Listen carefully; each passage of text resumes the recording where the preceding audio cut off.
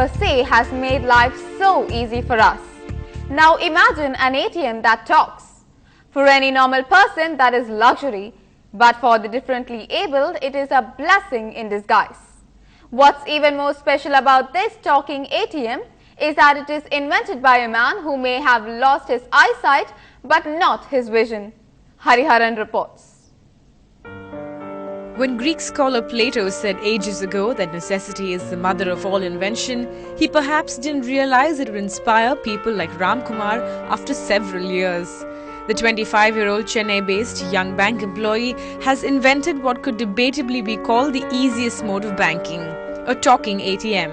Talking ATMs hired by the State Bank of India for the specially able people are set up in 5 centers in Chennai. My role in this talking ATM was to create the entire voice guidance for these ATMs, which will guide the user for throughout the transactions. It will start speaking once the card is swiped in, and it will end by saying thank you for using our State Bank ATM. You have chosen cash withdrawal. To continue, press the 3rd button from top right, or to go back to the previous option, press the 4th button from top right.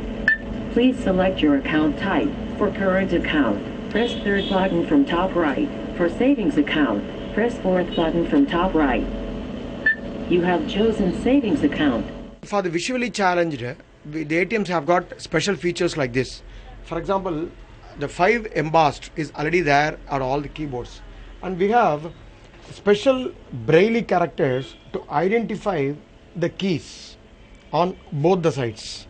And we have a socket for using the headset, so that the person, suppose he is having a headset on his own, he can insert and then do it for a privacy. And he can also use a voice control. This is a talking ATM. We call it as a talking ATM. So you can increase the volume according to his convenience. And in the note dispensing area, there is a braille. With this, the customer, if he is visually challenged, he can identify and then use the ATM very easily like a normal customer. Ram Kumar lost his eyesight at the age of 10. He says for persons like him, a talking ATM is like anytime mother, which patiently explains bank balances and transactions. His idea and effort to come up with a concept like this also fetched him a national award. In Chennai with reporter Hariharan, this is Paloma for NDTV Hindu. What started as tanks for religion slowly became reservoirs. Temple tanks in the city have been used for several purposes by the devout.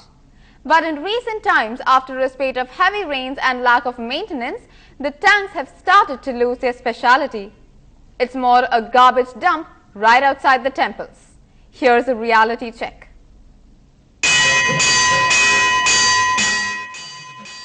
The temples at Tirunendravoor, Thiruvanmayur and Thiruvelikeni, built several years ago with temple tanks not just to facilitate the devout a place to wash their sins away, but also to quench people's thirst and raise groundwater level. Look at what it has become today, a garbage dump. The public says it is the temple administration and the local administration to blame. மீனுங்களும் செத்து போயிருக்கு because due to இந்த குப்பை இதெல்லாம் அதிலே போட்டுறதுனால நல்லா இருக்கிறவங்களும் அதுதான் செய்றாங்க, டீசென்ட்டா இருக்கவங்களும் அதான் செய்றாங்க, டீசென்ட் இல்லாதவங்களும் அதுதான் செய்றாங்க. 5 நாள் தப்பு நடக்கும்போது சேர் பண்ணுவாங்க. அப்போ எல்லா குப்பையும் அவாய்ட் பண்ணுவாங்க. மற்ற பப்ளிக் எல்லாமே போட்டுட்டே இருக்கு. தண்ணி அடிக்கிறது, அது கப்பு கப்பு பேப்பர் டம்ளர் இதெல்லாம் குளத்துல போட்டுறாங்க. அது ஓரமா உட்காந்துட்டு அது போட்டுறாங்க. Any and every kind of waste is disposed of into temple tanks. Plastic waste too. That leads to contamination of water which is used by the devout for bathing. இப்போ திருக்கோயிலை சுற்றி பிளாஸ்டிக் பொருட்கள் பயன்படுத்துவது முற்றிலும் தடை செய்யப்பட்டுள்ளது. திருக்குளத்தை பொறுத்தவரையில் பிளாஸ்டிக் பொருட்கள் பக்தர்கள் சில வருவர்கள் செய்கிறார்கள். உடனடியாக எங்கள் திருக்கோயில் பணியாளர்கள் அவற்றை அவ்வப்பொழுது அகற்றிக் கொண்டே இருக்கின்றார்கள். Over 40,000 temples are under the control of the Hindu Endowment Board. It leaves no doubt that the responsibility of protecting these temples of great historical importance lies with the government. In Chennai with Manikandan, Natasha Doraiswamy for NDTV Hindu. Updating you on the major tragedy at a leading hospital in Kolkata. A massive fire broke out at South Kolkata's super speciality AMRI hospital early this morning. 89 people have now died as a result of that fire. 73 of them patients and remaining staff members. Reports suggest that the number of dead could still rise further. The devastating fire broke out in the basement and smoke then engulfed several floors of the annex of the hospital building. The fire broke out at around 3 o'clock in the morning, but the rescue operations began only 2 hours later. Several patients were rescued and the dead bodies brought down with the help of ropes. This is the second major fire at the hospital since 2008. An FIR has been filed against the hospital authorities by the fire department. The hospital owners are expected to surrender to the police shortly.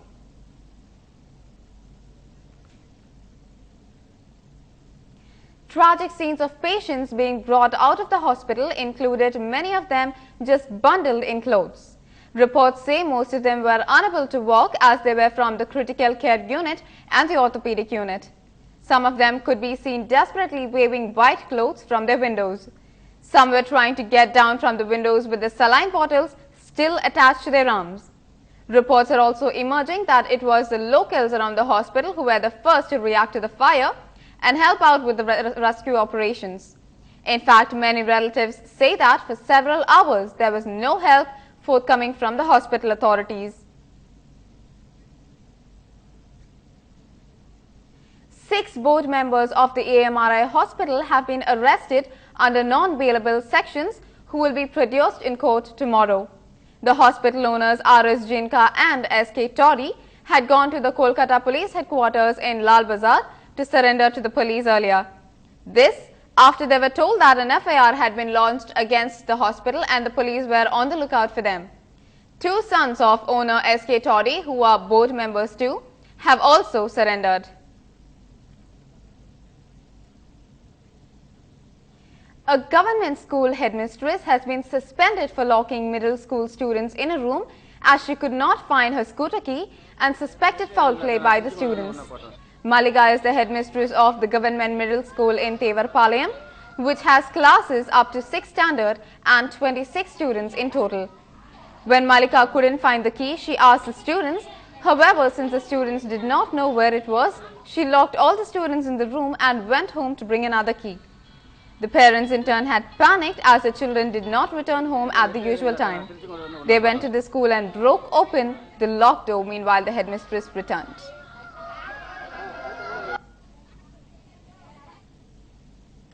The Kudankulam nuclear plant issue is splashed on the walls. More on that after the break.